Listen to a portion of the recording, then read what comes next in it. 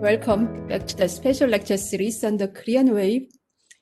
We are hosting a series of talks this week under the title, Who are K-pop fans in Europe? Fandom, Fan-Activism, and Subculture. This series is hosted by the KDI FO Korea Europe Center here at the Free University of Berlin. And our special thank you to the KDI School of Public Policy and Management for their generous support. My name is Jo Seong at the Institute of Korean Studies at FO Berlin, and I'm hosting this talk series this week. Today is our second day of the 5-day-long workshop on the Korean wave in Europe, and we go to Sweden now.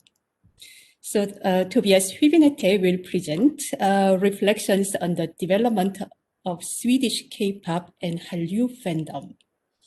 And Dr. Hübinette is a senior lecturer in intercultural studies at the Department of Language, Literature, and Intercultural Studies at Karlstad University in Sweden. And he has a PhD in Korean studies, and his research is about critical adoption studies and Swedish critical race and whiteness studies.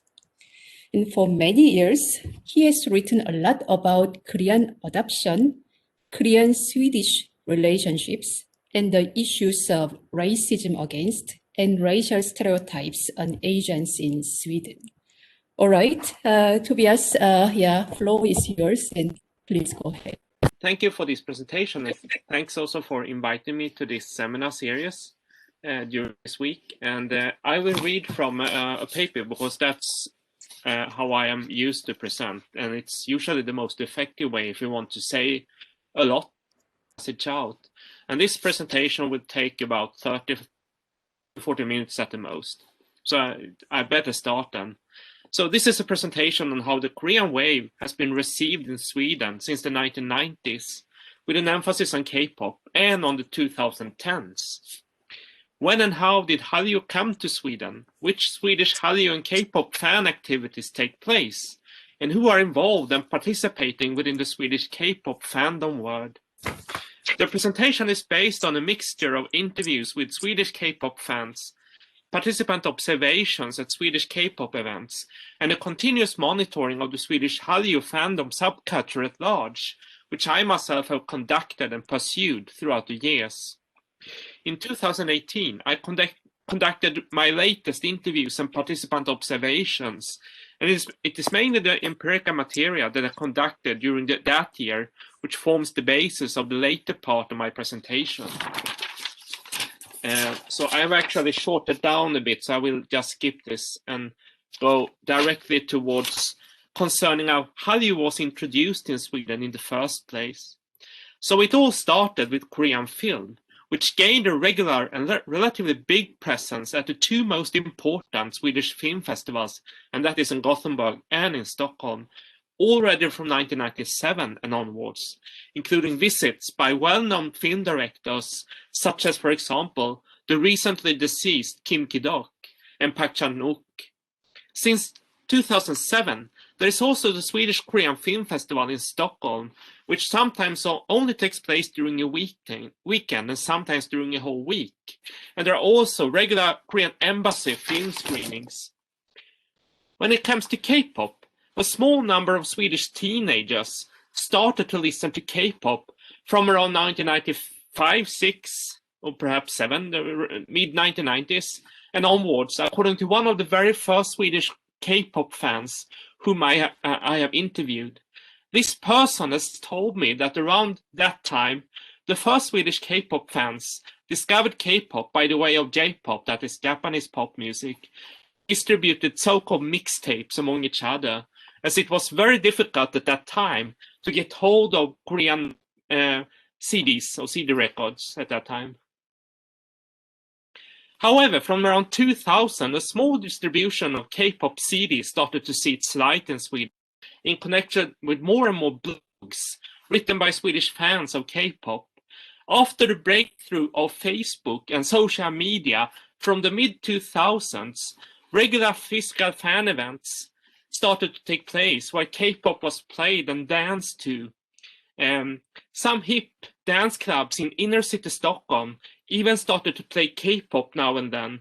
There were some smaller K-pop flash mob events taking place here and there, and K-pop cover dance groups and K-pop karaoke events were organized irregularly, while some Swedish fans even visited K-pop concerts in other parts of Europe, especially in Paris, and also went to Korea.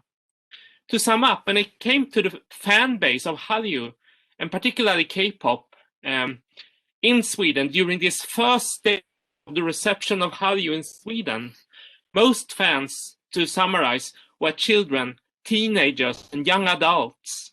Most fans were girls and young women, which is contrary to the Swedish fans of Japanese pop culture, with most fans being boys and young men. Most fans of especially K-pop were also non-white working class and belonged to the second generation who lives in the segregated and underprivileged high-rise building-dominated suburbs in the bigger and middle-sized cities of Sweden.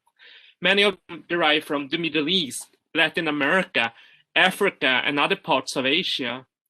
Some fans were, however, white middle class in the big cities and white working class in smaller towns, and quite many fans were also at this early stage of Hallyu in Sweden, adoptees from Korea or Asian immigrants.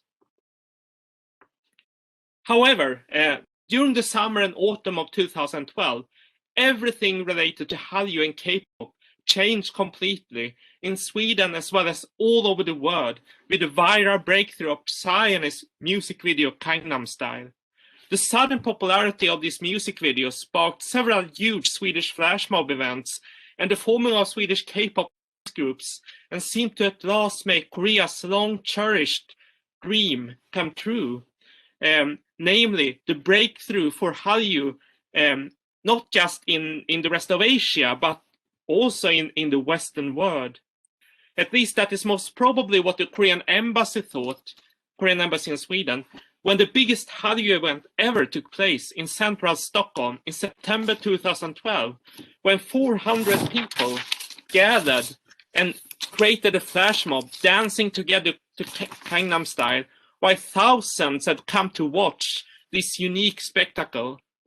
During this event, Korea's embassy personnel somewhat awkwardly walked around among the crowd and distributed brochures about Korea, focusing on traditional Korean music, art, religion, and culture, as there were no official brochures about K-pop at that time, or at least not stocked at the Korean embassy in Stockholm. I also attended this event, and I noticed that afterwards, many of the distributed brochures were left on the ground, as if the Swedish children, teenagers, and young adults that had participated in this event did not care that much about Korean traditional medicine, old Buddhist temples, or classical Korean court music. Given my long research engagement with racial stereotypes of Asians in Sweden, at this time I also collected quite many reactions to the Gangnam Style phenomenon taken from discussion forums, social media, and blogs during the summer and autumn of 2012, as I was interested in how Gangnam Style was received with regards to the images of Asian masculinity, and if it was possible to see the beginning of the development of new images of Asian men or Korean men that went beyond classical racial stereotypes. So on this and on the following slides, I'm not going to comment on this because there's no time for that. I just want to show you this. On this and on the following two slides, I have gathered some of the collected reactions and tried to thematize them, as I believe that they say something about how young Swedes do not listen to K-pop, perceive K-pop in general. And unfortunately, at least at this time or at that time, it was difficult to see any positive changes in the attitudes towards Asian men. So this would be the theme of bad taste. And the next one would be the theme of Asians look alike. And here you can see some really, well, racial stereotypes that are very classical when it comes to East Asia and East Asians. And the third theme, I'm not going to delve into this, I just wanted to show you this, would be a theme that I myself has named group humor, and that's basically making fun of East Asian people, right? Just for making fun of them, or nothing else than that, or nothing more than that. So it's basically just fleshing out your racial stereotypes about Asians.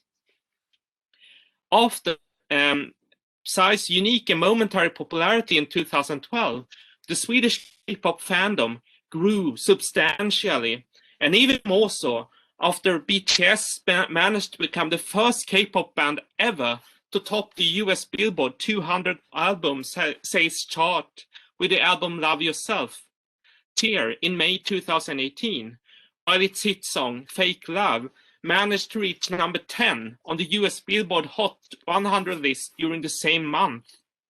At the same time, the album also reached the number 1 position on Swedish iTunes, while the song Fake Love reached number 6 position on Swedish iTunes top list of that month. Today, it is clear that K-pop is the main Hallyu genre in Sweden, as Korean film that sparked the first Swedish interest in Korean popular culture already in the 1990s is nowadays mainly limited to a quite small fandom of Swedish cineasts, while Korean drama has for some reason never really made it at all in Sweden, although an unknown number of Swedes probably watch Korean dramas on, for example, Netflix, as a few Swedes now and then actually blog about Korean dramas.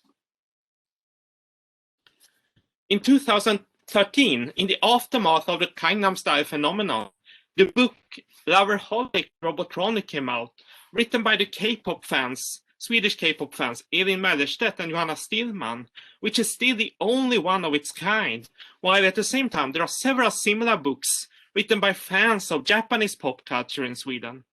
This book offers a unique insider account of 2 Swedish K-pop fans who themselves have traveled to Korea and visited, for example, SM Entertainment and taken part in music concerts and other K-pop related events.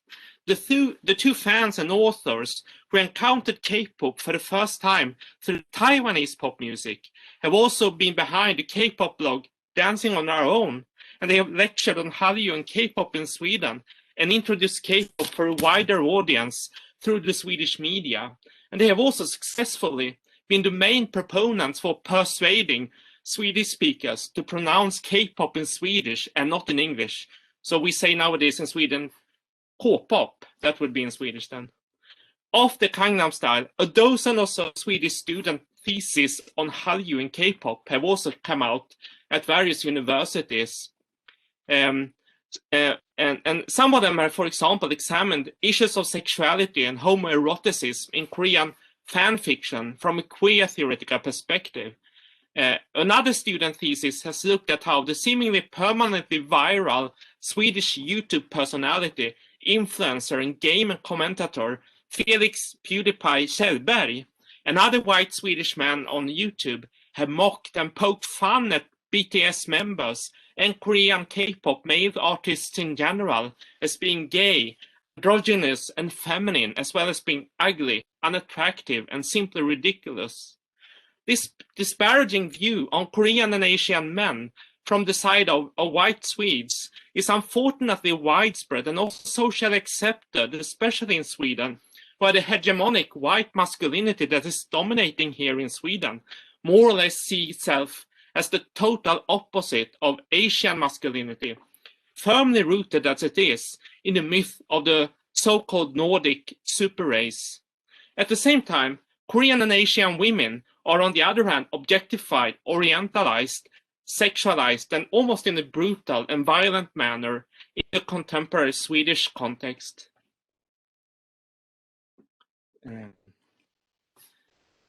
Additionally, K-pop fans turn up now and then in a few student theses studying fangirls.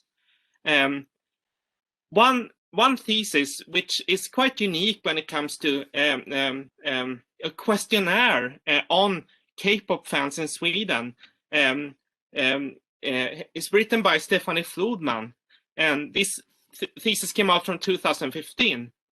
And in this questionnaire, one gets a unique glimpse into the world of Swedish K-pop fandom.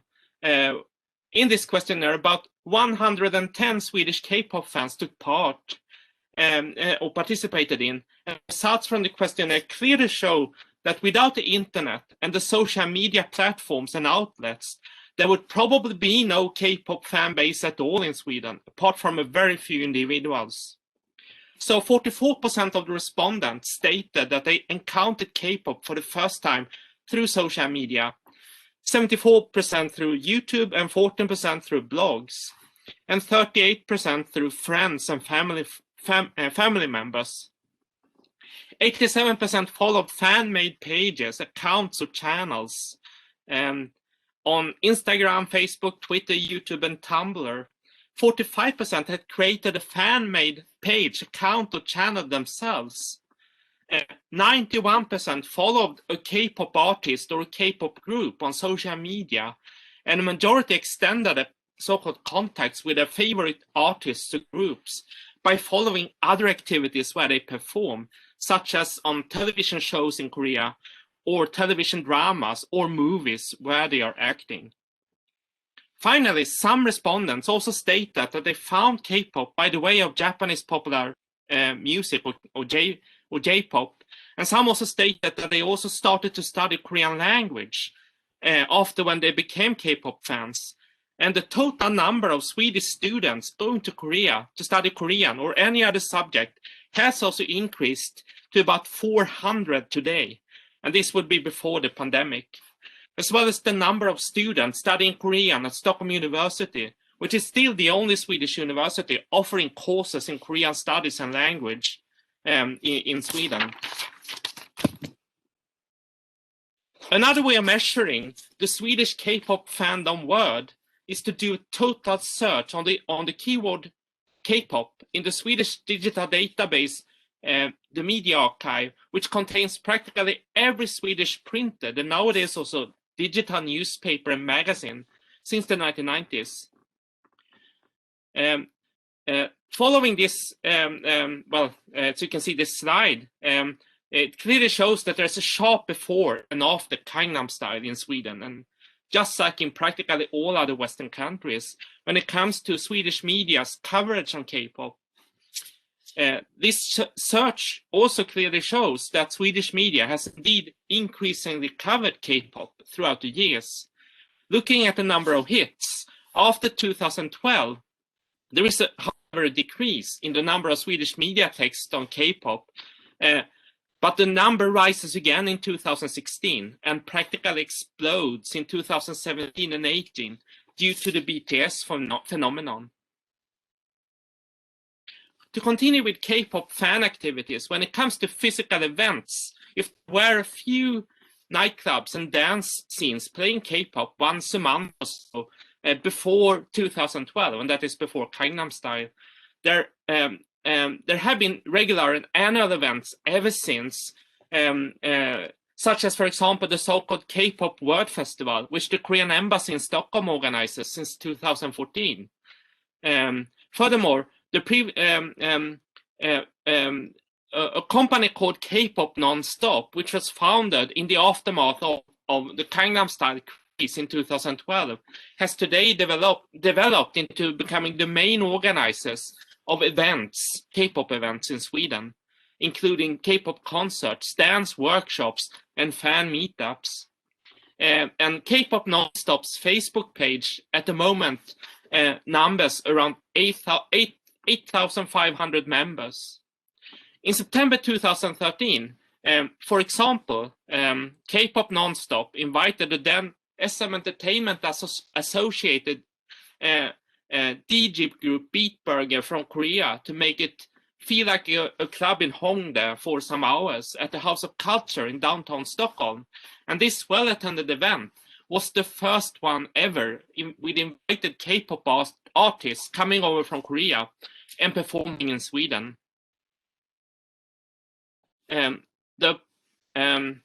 There's also a digital magazine called Hallyu, which was also founded in 2012 after Gangnam Style, and which nowadays not only covers Korean popular culture, but also all things Korean in general. And the magazine has about 7,000 followers on Facebook at the moment, As all these texts are actually in Swedish language, or most of them, it might be a kind of good estimation of the hardcore fandom of K-pop, especially in today's Sweden. In line with the conscious soft power policy of the Korean state, the Korean embassy in Stockholm has since 2016 also organized the Korean Culture Festival in Stockholm in August every summer. The festival is co-organized by Korea-related associations and Korea-related companies in Sweden. And at the festival venue, Korean food can be consumed, Korean products are exhibited and sold, taekwondo shows take place, and there is always a K-pop event staged during the one-day festival, and sometimes also K-pop artists are flown in directly from Korea to perform. There are also nowadays some dance groups in the biggest cities of Sweden, dancing more, well, professionally, but both for fun or professionally to K-pop music. And what is worth noting here is that they are all dominated by girls and women, and they are also highly heterogeneous in terms of race, ethnicity, religion, and nationality, as perhaps half of the fan base, if not more, consists of minority fans, and in practice, mainly minority and non-white fangirls. This is, in other words, something which has not changed that much throughout years, and since the first stage of Hallyu in Sweden in the 2000s. And I think I skip this and go to this section now. Continuing with the 8 interviews that I conducted in 2018, although I cannot in any possible way claim that they are representatives of the whole K-pop fan base of Sweden, they were between 16 and 48 years old. 5 were women and 3 men, and one was mixed Filipino, one adopted from Korea, one a second-generation Iranian, and 5 were white Swedes.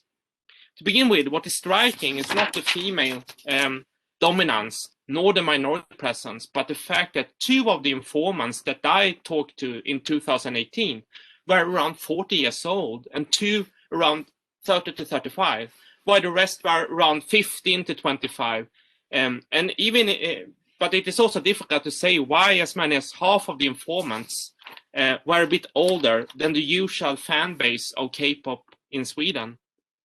The interviewees were found by placing a call for informants on and in various social media platforms that are frequented by Swedish consumers and fans of K-pop, such as the previously mentioned K-pop Nonstop's Facebook page. The interviews with the informants that contacted me voluntarily, so it's a self-selection, took place at meetings and at events or by phone. And I posed the same question to all of them, and you can see them here, right? So I'm not going to read them. Even though the interviews were rather highly structured, the informants also told me other details about them being K-pop fans, and I will from now on refrain from any attempts to interpret the interviews in a quantitative manner, and instead account for them one by one, beginning with the 2 fans of Asian descent, who are both men, and the second-generation Iranian girl. For all 3 of them, there seemed to be an explicit, or at least implicit, element of identifying with the non-Western world and with Asian and also Korean elements of K-pop, including a sense of national pride, and at least when it comes to the adopted that I talked to. So I will begin with the adopted person.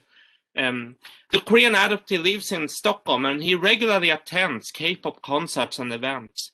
And he told me explicitly that he listens to K-pop as part of what he calls his decolonization process, meaning that he has grown up in a totally white Swedish environment. And now as an adult, he wants to consciously consume Korean and other Asian popular cultural products. This adoptive fan is, in other words, well aware that he has been raised and socialized among white Swedes, and naturally and accordingly, he has also acquired white tastes, white styles, and white aesthetic ideals, including also white body ideals and beauty ideals. And one way for him to be maybe to get rid of them, or at least to be more aware of how he was socialized, is basically to listen to K-pop and consume Korean popular culture, such as Korean cinema and Korean drama. I interviewed a 20 years or so mixed Asian, or the half Filipino man who lives in Gothenburg and who seems to listen to K-pop mainly by himself when BTS suddenly made it on the US Billboard chart. And he said to me then that this is the biggest boy band in the world in 2018, and it consists of Asian men, while in the 1960s it was the Beatles, and in the 1990s it was Backstreet Boys, implicitly saying that it was at that time white boys and not Asian boys. Thus echoing the idea that the hegemony of the West is perhaps waning at this very moment. He also added that by actually that he actually does not think that China will be the main cultural power for Asians living in the diaspora in the West, but more Asian American. There are also Asian American artists nowadays and actors, etc., etc.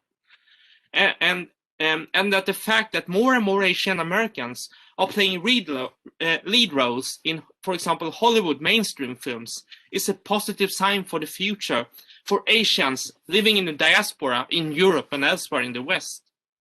He also mentioned that the fact that so many of the K-pop fans in Sweden, in the US, in the West in general, belong to various minorities is also a symbol of the declining power of the West, at least for the future. The second generation Iranian girl whom I talked to and interviewed lives in a mid-sized Swedish city, and she had just become an adult, so she was about 17 or 18. She said that she listened regularly to K-pop ever since she was in her early teenage years, and that would be 13, 14. And she said that she mainly listens by herself, and she also added that her impression is that more and more people listen to K-pop in her mid-sized town or city, compared to when she herself started to become a fan of K-pop. She mainly watches music videos and other K-pop related film clips on YouTube, as most fans probably do. And she also listens to K-pop on Spotify. And her impression is that the majority of the fans are still people living in the big cities or bigger cities, and not where she lives. Going over to the 5 white Swedish fans that I interviewed, among whom one was a man and 4 were women. 2 of them can be said to be seasoned and veteran fans from the early 2000s, or even perhaps in one case from the late 2000s. These 2 oldies fans in their early 30s, who both at that time lived in Stockholm, and who once were deeply into K-pop and visited concerts in, for example, Paris, both told that they are nowadays content that they are not alone anymore listening to K-pop, and that they are happy when they notice, for example, that K-pop songs are actually now and then played on the Swedish radio, or as background music when you enter a Swedish pub or a restaurant or any dance club. The male informant told me that although his more intense fan years are probably gone now forever, he's in his early 30s, right? So he was a big fan in his 20s. He described to me in 2018 that he listens to K-pop like other ordinary Swedes might listen to American or British pop music, and which basically means that he has more or less institutionalized K-pop as a kind of a routine-like habit in his life, and which is probably not very common at all, at least not among 30-ish white Swedish men. He also said to me that he was moved to tears when he saw the 2 Korean teams marching in together during the opening ceremony of the 2018 Winter Olympics in Pyeongchang, and was also moved when the Swedish radio suddenly played BTS song DNA during the very same Olympics, and you have to remember this is 2018. The female veteran fan told that she is not anymore a fangirl on a daily basis, but she also seems to have integrated Korean popular culture and pop music in her life. And she also said that the new and young fans of today are probably not aware of the older Korean pop bands in the 2000s, which she actually saw as, well, her K-pop artists still today. Among the audience composed of about, one informant or another informant was a white Swedish girl who is about 16 years old, and she's perhaps a more representative example of today's both hardcore K-pop or core or hardcore K-pop fans of Sweden. She lives in a small town, and she told me that her first K-pop song, she found the first K-pop song on a top list and possibly on iTunes when she was just browsing around. And after that, she checked around for more K-pop songs on YouTube as well as on Spotify. And after that, she became an ardent fan. She prefers to listen to K-pop by herself, although she is well aware that there is an active fandom subculture nowadays, however, mainly in the big cities of Sweden. And she also noticed, at least in 2018, that the popularity of K-pop is steadily increasing among young people around her at her age, and that would be teenagers, right? She also added that she cannot visit the fan activities in the big cities of Sweden, and the reason for that is that she was at that time only a teenager, right? So she was kind of stuck in her small town. The other two white Swedish women whom I interviewed in 2018 were around 30, and one of them, who lives in a mid-sized city, frankly stated that she listened to K-pop as part of her 30 years crisis, as the Korean boy bands reminded her of the boy bands of her childhood, such as the UK band Take That. The same woman also said that she listens to Korean indie music, which is not very common, and she seems to be aware that as a white Swedish woman for a little bit more than 30 years old, she's probably not the kind of ideal or most well, in quantitative manners, the most typical K-pop fan of Sweden. And she therefore asked herself when I interviewed her, so this is a quote from her, is this a flight from reality and a way of coping with stress? Or is it the result of too many years of being a single woman? And she asked this to herself as a kind of explanation why she listens to K-pop boy bands. Finally, the other somewhat older white Swedish woman, who is also around 30, or at least in 2018, and who lives in Stockholm, told me that she came in contact with K-pop for the first time when she visited South Korea. And she's a music producer by profession. So her relationship to K-pop was more at the beginning of a professional one, but at the same time, she became more and more fascinated by the trainee and factory-like aspects of the Korean music industry, which are so culturally different from Sweden and the West. She also added that even if she listens to K-pop nowadays, and now and then she distances her. However, now and then she also distances herself from the typical fans of K-pop in Sweden, who believes that, and this is a quote from her, Korea is pink and glittering and a paradise where there are no problems at all. End of quote. And she probably meant with that utterance that she's well aware that Korea is not a perfect country or society, and not the word that is conveyed through K-pop music videos, for example, or Korean dramas, as some at least teenage K-pop fans probably believe in Sweden and elsewhere. Lastly, I want to end this paper, and I have now been reading for about 35-40 minutes, I see now on my watch. Lastly, I want to end this paper or this presentation with some reflections on a possible future of K-pop in Sweden, and this might be applicable to at least European countries, perhaps. So these are some factors and aspects to be considered, I believe at least, to be able to understand and predict the future of Hallyu and K-pop in Sweden. There is kind of an ambivalence between being a hipster and a nerd, And there's also a difference between being dedicated and informed. This basically means that there are probably quite many people today in Sweden who know about K-pop, but the hardcore dedicated fans, the number of the hardcore dedicated fans is still probably quite small. There's also this typical, at least among youngsters, but nowadays probably among adults as well, of being cool and unique, right? Individualistic, basically. That would be a WesternQatar Trade, perhaps. So many fans in Sweden, they seem to use Hallyu and K-pop as part of their identity building to feel special, and perhaps in relation to the fact that Japanese pop culture has nowadays become more or less mainstream. There is also this aesthetics of fetish, camp, and kitsch, which I would also name queer aspects of Korean pop culture, and which is very present in Korean drama as well, and especially, of course, in the music videos of K-pop. And some fans of Hallyu, and especially of K-pop, like it, seemingly because they just find it weird and even fun in a Swedish and Western perspective.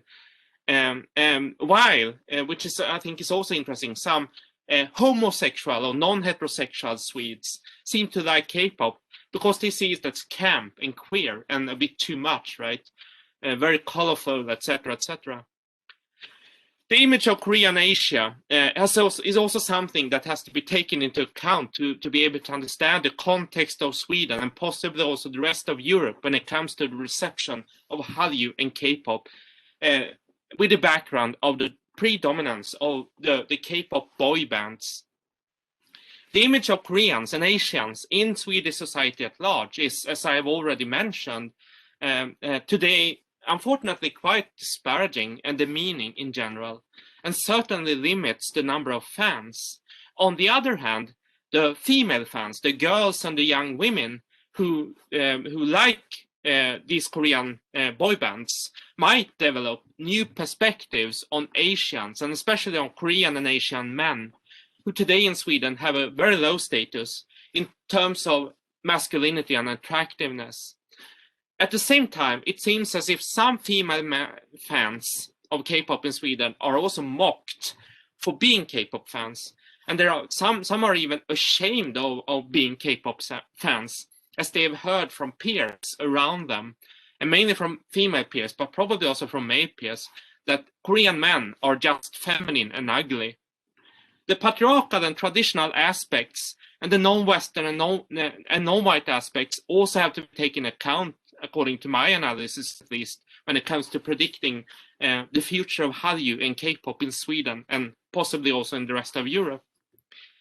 Swedish and Western pop culture and Korean and Asian pop culture are very different in terms of gender roles and in terms of family values, in terms of the views on violence, sexuality, alcohol, drugs, etc., etc., as well as patriarchy and homophobia.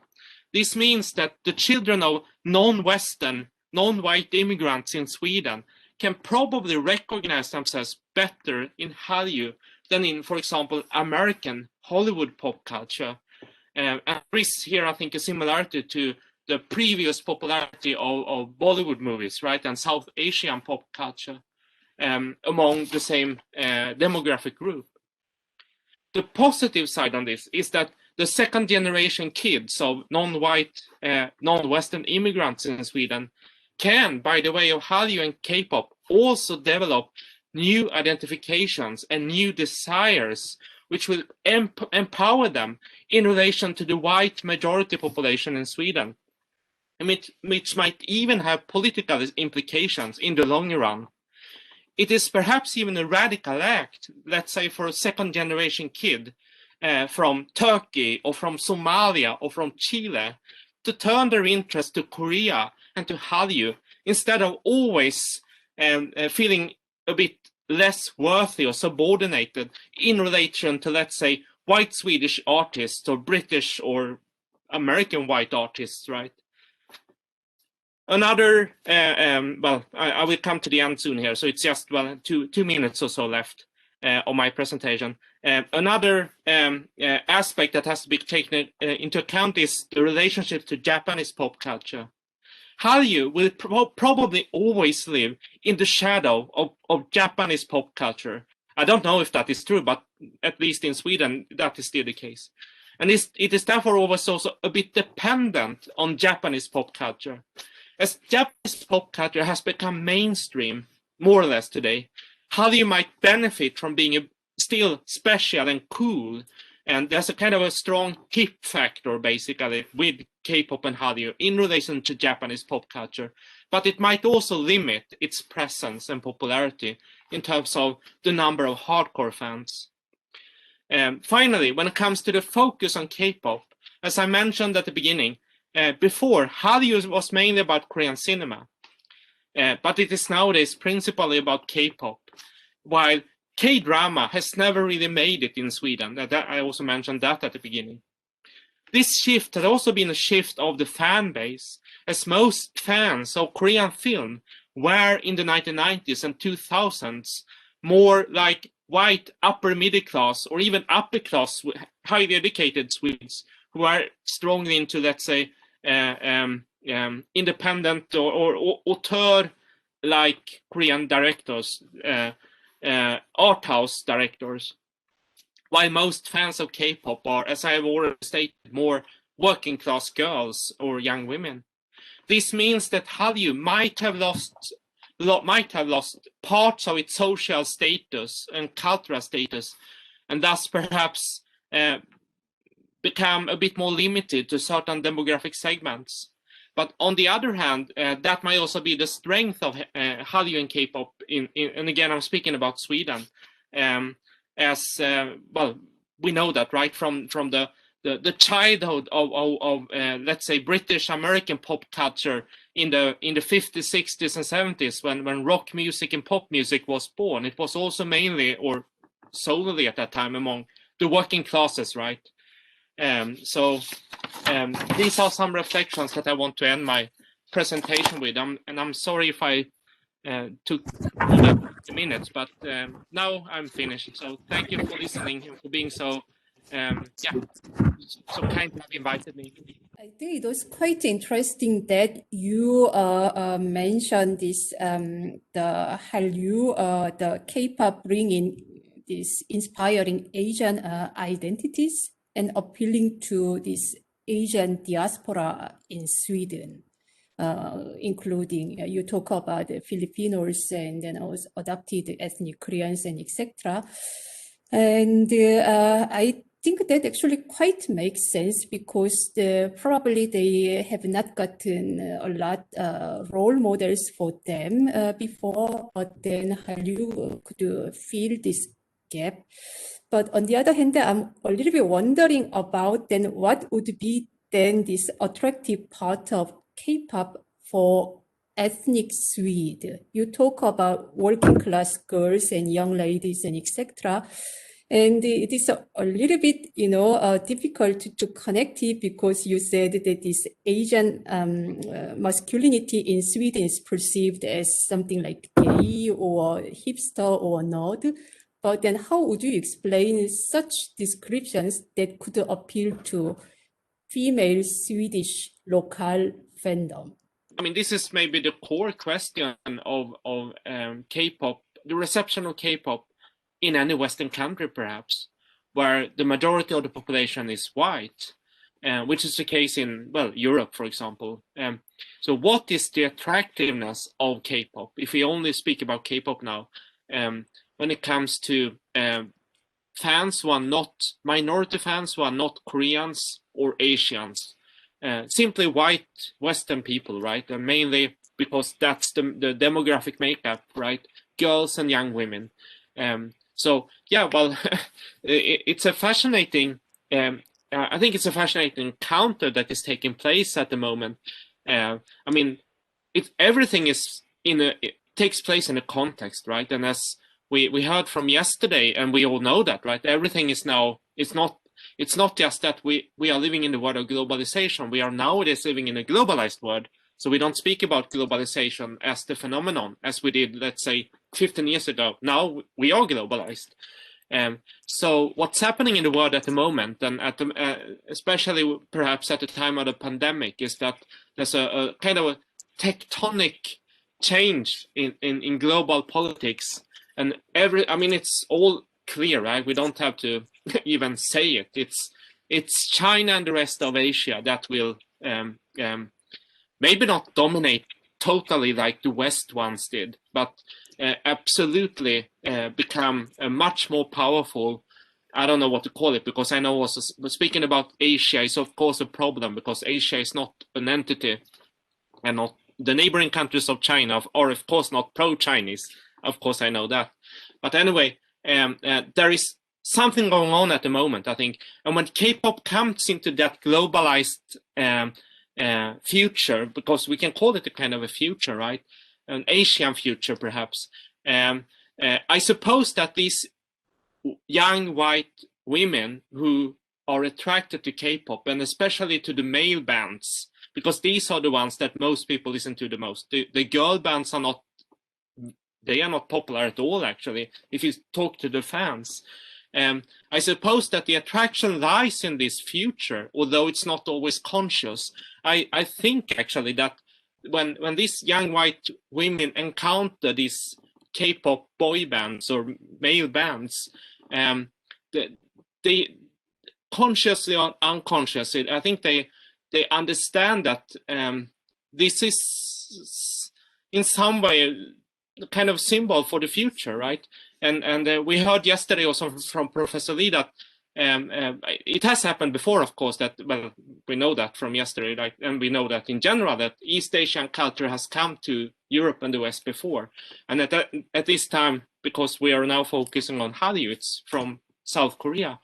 And it is it happens at a very special moment in history, which we are experiencing right now. So I think it is in that particular moment, I think, that we have to understand and analyze the reception of K-pop in Sweden and elsewhere in the West. It's a long reply, perhaps, but that's what I would say. Can I ask a question? Can you hear me good? Oh, yeah, please, yeah, Dr. Yeah. You can go on, yeah. Yes, thank you. So, yeah, thank you, Tobias, for your fascinating talk. It's good to see you again. So I remember that. Again, yeah. Yes, I remember that we had a panel on Hallyu in Europe maybe 8 years ago. So it was good to have a good update on that. Yeah. And so my question relates to the demographics of the Swedish K-pop fans, especially what you mentioned, especially in terms of the social class. And I was wondering, because I have similar questions in terms of the German K-pop fans, and I'm really wondering what the significance of the social class or class background would be, and whether there are any official data on that. So how can we know about the social class of K-pop fan groups, especially when we consider that that most of them are rather fluid identities positioned in more educational context. So they go to school or just started at universities. So, and you mentioned these focus on working and lower middle class backgrounds, and so if we can identify them as being located in these class segments, what is this significance then on the context of what you mentioned as minority presence within the K-pop fan groups, which exactly, I would say, meets the situation in Germany as well? Okay, interesting to hear that. Yeah, well, I actually, I mean, quantitative data is difficult to get hold of when it comes to popular culture in general, I think. And also fandom, what is fandom, right? If you listen to K-pop, let's say only one song a week, if you listen to K-pop every day, right? It's a big difference. Anyway, what I mean, I guess both of us have kind of encountered this from because there is now a body of work of Hallyu studies around the world, and not the least in the West, right? So there are a couple of books that have come out well, yeah, we met in the UK, right? There's this one book on UK fandom of Hallyu, and there are several, 3 maybe in the US, and there are others written in national languages. I think there's one in Spanish, for example. So I mean, even though of course I haven't read all of them, but the kind of image that you get is that the demographic makeup is more or less similar, at least in the Western context, and perhaps possibly mainly in Europe, actually. and maybe not Eastern Europe, because that's, as we all know as Europeans, it's a totally different context. So it would be Northern and Western and Southern Europe, I suppose. And if I hear you correctly, it's a similar demographic makeup in Germany as well, which would mean quite a big presence of minority fans, like from, I suppose, a Turkish background, etc. Right? The question that you put was maybe what I also said at the end, right? What has, if that is the case, more or less, what is the significance of that demographic makeup for Hallyu, both, I mean, speaking about social status, etc., and also for the future of Hallyu. And one can only speculate on that. I think because I'm as old as I experienced when Hallyu was almost always about Korean cinema, for example. It was very different at that time in the 1990s and a little bit into the 2000s. Most people who came to cultural events in Sweden at that time, which I also attended, that were film related, the demographic makeup was totally different. And most people who came to those cinema related events, I mean, there's one similarity perhaps, and that is that they came by the way of Japanese film, and that's how they found their way, I think, to Korean film. So that's at least one similarity, but otherwise it looked very different at those physical meetings. May I ask you, Tobias, then how was the composition of Korean cinema fans in Sweden in this time? How were they really different? Yeah, well, at that time, like cineasts in general, they are men, right? Boys or young men or older men also. It can be a really old man, and especially when it comes to art house cinema, because the kind of film titles that came to Sweden, and possibly, I guess so, in the rest of Western Europe at that time, wasn't really the kind of popular movies that you see at in South Korea, right? It was more because it was cineasts and hardcore, even people who are in film studies, these kind of, I mean, really well versed into cinema and cinema history, etc., and film analysis. It was a very selected kind of titles that entered into the Swedish film market basically at that time. So that would have been I mean, if those people, not those people, but if that demographic segment had continued to consume Korean cultural products and continued with K-pop, basically, I think at least that the situation would have looked very different today. But is it the case that Korea, which was represented by these cinemas, was a lot different from nowadays, which is represented by K-pops? I am wondering if you may mean to say that, you know, in the 80s and 90s in the Western world, there were quite some, you know, these, Asian movies, you know, getting popular, but quite you know, Oriental biases, you know, they presented something what, you know, so-called Westerners wanted to see, and not exactly what happened actually in Asia. Then do you think that this, how then this image of this, that Korea or Korean culture is perceived or represented through the newer development of K-pop among these youngsters, how are they really different? Yeah, well, by the way of K-pop, it's really the hypermodern Korea that is kind of marketed, right? And imagined by the way of, if you are into K-pop, you are probably also into K-drama, etc., because it's all related. All these youngsters are related, as we all know. Because it's the same people going around performing at different settings. And it's this hypermodern Korea or even perhaps late modern Korea that we see portrayed, and that's the I mean the general Swedish image of Korea. If you would, I mean, it's always difficult to generalize about a whole nation, but let's say Sweden is not different, I think, from the rest of Europe. Traditionally, Korea was, we all know that, right, the kind of least known country in East Asia among Europeans, and there are historical reasons for that. So it's not about kind of, let's say, discrimination. It's just about how Europeans first encounters with Koreans, they were very different from the ones with the Japanese or the Chinese or even other Asian peoples in, let's say, Southeast Asia, right? Indonesia, the Philippines, etc. That interacted with Europeans for hundreds of years, right? With Korea, it was different. So the general knowledge of Korea among the general Swedish population, I would say, is still not very high, right?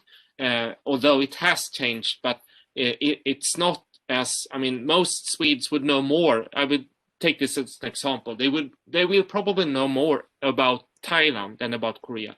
They will even probably know more about, let's say, Vietnam than about Korea, still today. But these youngsters who listen to K-pop, they know a lot about South Korea, right? They know much more than their peers and much more than the general Swedish population. And I suppose, and as some of the fans who can afford it at least, they also visit Korea for studying or just visiting fan concerts, etc. They also see another Korea that ordinary Swedes don't see at all, because it's not a tourist country for Swedes. It's not a tourist country for, I think, any Western nation yet, right? But these fans are perhaps the forerunners of some kind of, I don't know if you can call them Western tourists, but anyway, they go there at least physically to Korea, which is a big difference from how it was previously.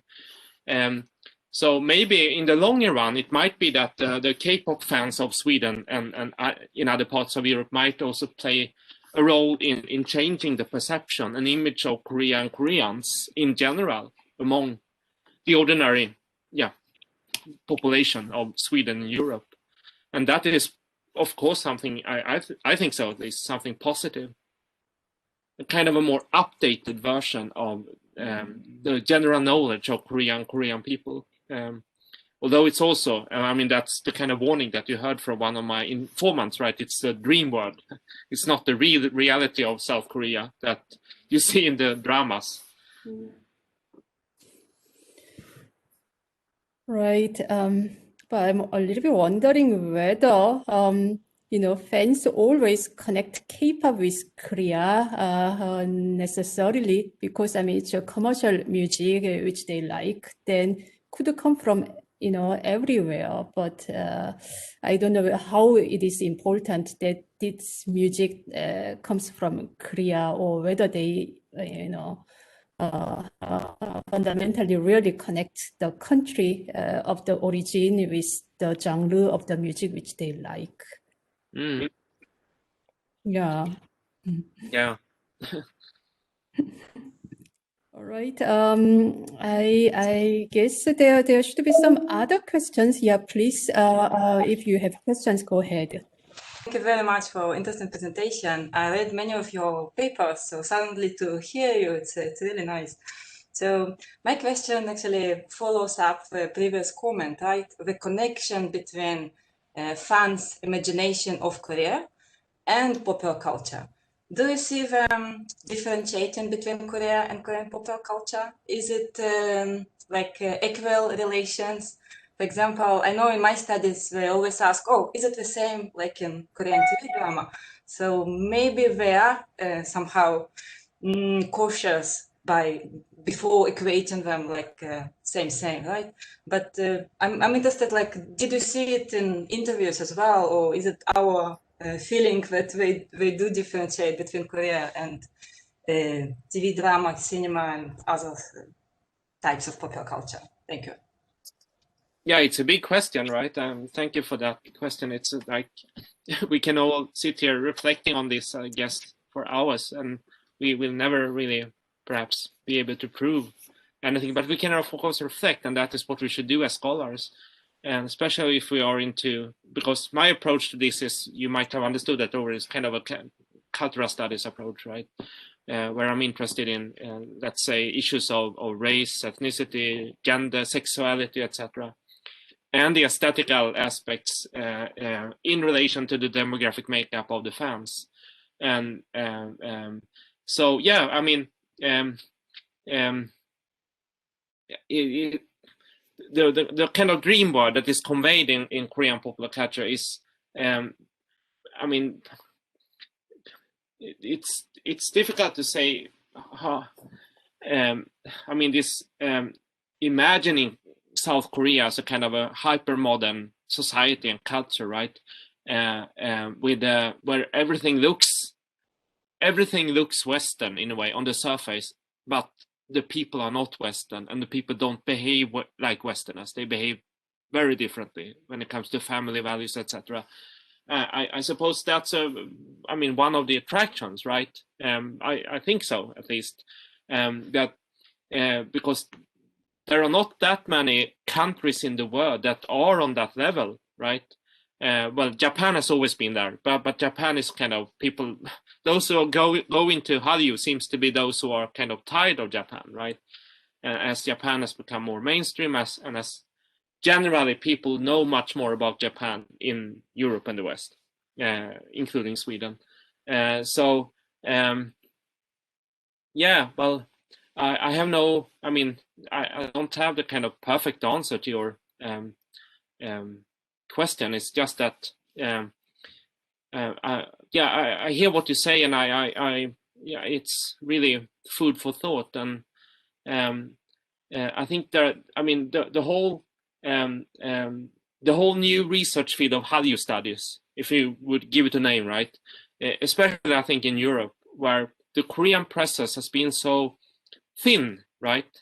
Including the Korean diaspora, except for Germany. There is a very small Korean diaspora in Europe historically. So suddenly when Hallyu and K-pop came to Europe, it ended a kind of a void, I think, kind of which just makes it so different from, let's say, Australia, New Zealand, Canada, US, where there are huge Korean diaspora, right? And also other Asian diasporas. And they're also much more visible in the mainstream society of, let's say, America or Australia. While in Europe, the Korean diaspora is very small, at least the permanent Korean diaspora, except for Germany. And the Asian diaspora in general, perhaps except for France and UK, because of the colonial history, so those two countries. The Asian diaspora is not very visible at all, I think, in mainstream European society. So when K-pop and Hallyu came here to Europe, it's such a fascinating moment, I think, that merits much more research, basically. Thank you very much. Yeah, thank you. I think these discussions are getting exciting. And Professor Lee, yeah, you have your question. Please go ahead.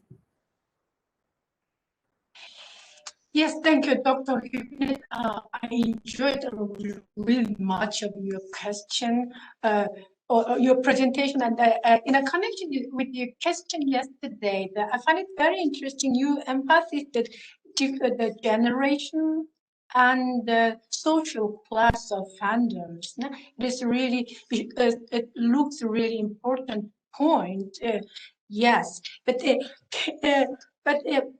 for me, it's not just a question of the social class, but when you explain that Swedish case, the first group of Swedish K-pop fans in a migration, in a group of the migrants, no?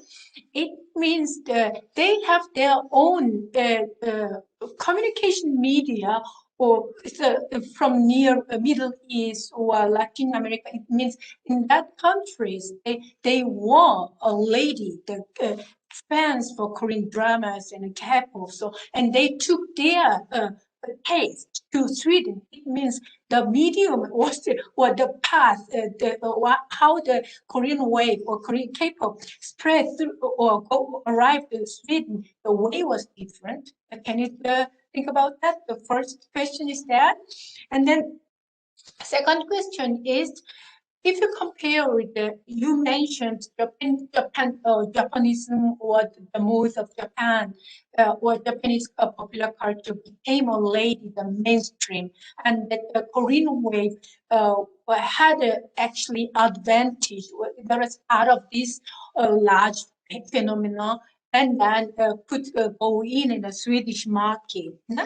But there are, for me, there are some differences between Japan wave and Korean wave, because even in the case the chinoiserie or Japanism and in a Japan wave, there was the more concentrated on the material of it was not in a connection with the person and the family culture. But you mentioned a lot, several times about in a Korean wave, there were, if you see the K-drama, Korean dramas, you can see that their family values are different. So that is, in Korean wave, the main actors or major facts are actually the person, the stars. So talk about now, so in this the consumer of East Asian mass culture in Europe. So maybe we should differentiate between this what kind of object or what kind of items are consumed, and in a Korean wave that is not a can we talk about this Korean the stars of K-pop or K-drama as items, or because this fandoms is different?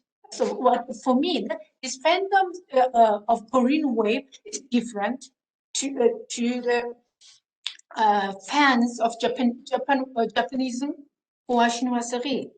So now I'm thinking about this. What is the difference between this whole phenomena, station wins in Europe? But maybe it could be these points, differences. Can we talk about that one? Yeah.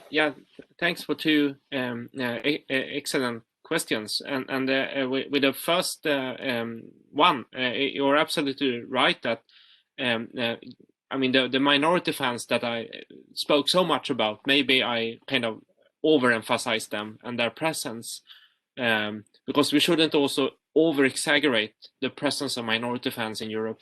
It is absolutely true that they met K-pop by the way of their home countries or their parents' home countries, because in many countries in the Middle East, for example, Hallyu and by the way, a K-drama, not the least, has almost become mainstream in some of the, like Turkey and Iran, etc.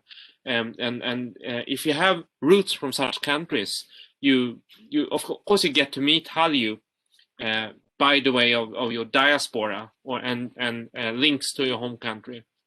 And that is probably why those fans were so pioneering, right? And the same with some of the Latin American fans in countries like Chile.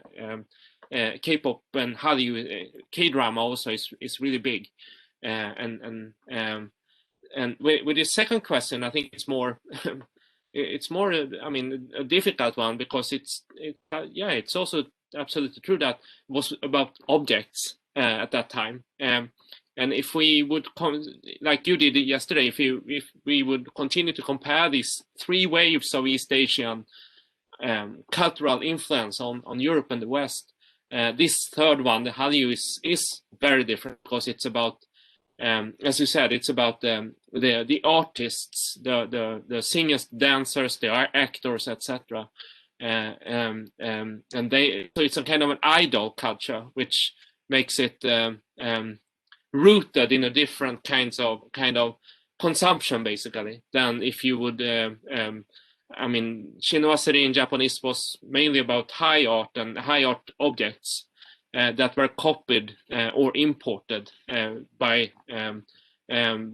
yeah, at that time, the upper classes of Europe. So, I mean, that main difference that you point out here, which yeah, maybe also makes the comparison very difficult, I suppose. You're right. Thank you. Thank you very much. I think this is a good point that this Hallyu now concerns, you know, individuals, the performers with idol culture. So probably that's why these identities and gender role models and etc. These individual trait-based frames would actually play quite an important role there. I think we now would have a little bit time left, so probably, yeah, one further question. Joanna Gucik, you can, yeah, please go ahead. Good evening. Hello, my name is Joanna Guzik. I'm from Poland, from Jagiellonian University. I hope you can hear me. I really enjoyed your presentation. I represent Jagiellonian University, which has Korean studies. These are not linguistics, these are area studies. So our students study politics, economy, and everything which is connected with both Koreas, actually. But of course, they prefer much more courses on Korean, South Korean culture, which is quite understandable. I have to say, I have just a few little comments that I have to admit that among my students, I can see that the fandom, these people who are, I should say, in love with Korean culture, boys or men, young men, are not a match style men. I have to admit that, yeah, definitely, it's a specific type of girls and boys. That's the first thing. So it seems like in Sweden, it is a kind of similar, at least from your research. Of course, I know that you research only just a dozen of people. So you would need definitely a bigger group to analyze. But it seems that from my perspective, an academic teacher in Krakow, it seems there is something about it in the results of your studies. And my question is connected with Swedish people and their knowledge about Korea.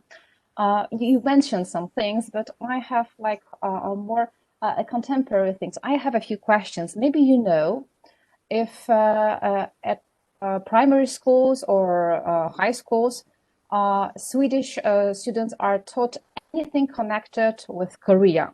Because from Polish perspective, I have to tell you that the only thing that they study in primary schools and junior high schools is, or high schools, sorry, is two things. Japan-China War, 1894, 1895. And the second thing is Japan-Russia War, 1904 and 05. And that's all. They even don't study about the occupation. So that's the first thing. I wanted to ask you a question that maybe you know if you mention or if in a Swedish curriculum there is anything about occupation. That's the first thing, or the colonial period. And the second question is connected with Swedish media. Do you have any K-pop things or like how do you relate it?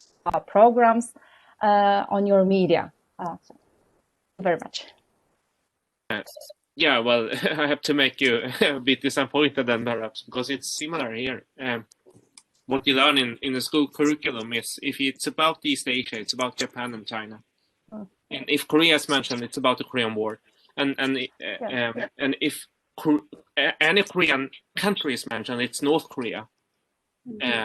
In the news, right? There are much more news about North Korea than about South Korea. And when it comes to Hallyu and K-pop, there is no media outlet, Swedish-speaking media outlet, that is doing anything regular. So the kind of hits that I showed you from the media article database, right? They would be, I mean, when Gangnam Style was big, it would be the coverage of, let's say, the number of hits of people who watched Gangnam Style music video on YouTube, etc.